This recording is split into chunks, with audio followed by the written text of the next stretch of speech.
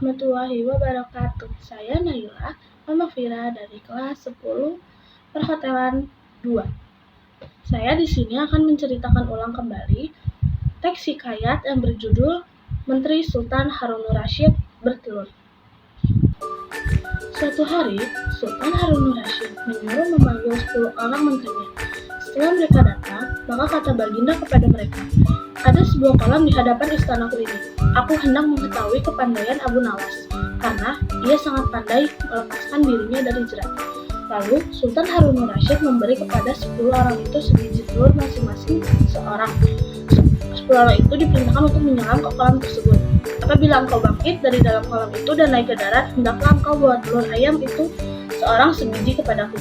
Setelah itu Baginda pun menyuruh memanggil Abu Nawas. Maka Abu Nawas datanglah ke hadapan raja. Lalu Baginda berkata kepadanya serta dengan orang 10 itu, "Menyelamlah kalian ke dalam kolam itu, dan apabila kalian keluar membawa telur ayam seorang sebutir, siapapun yang tidak membawa telur itu akan mendapatkan hukuman atas dirinya." Abu Nawas memandang kepada tiap-tiap menteri itu. Abu Nawas berpikir, mencari telur di dalam air, memang ada yang betina di dalam kolam itu.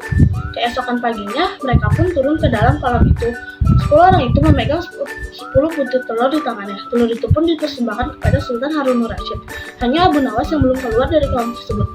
Ia terus mencari telur di dalam kolam itu, tetapi Abu Nawas tidak mendapatkan sebutir telur. Abu Nawas mengkorek-korek dinding kolam itu. Telur itu pun tidak dapatkan oleh Abu Nawas. Tengah ia bekerja, Abu Nawas berpikir, "Sepertinya aku hendak dihukum oleh Sultan." Abu Nawas pun meminta doa kepada Tuhan agar lepas nyawanya dari hal ini. Maka ia keluarlah dari kolam itu dan naik ke darat, lalu bertingkah seperti berkokok-kokok di hadapan Sultan Harun Ar-Rasyid dengan nyaring.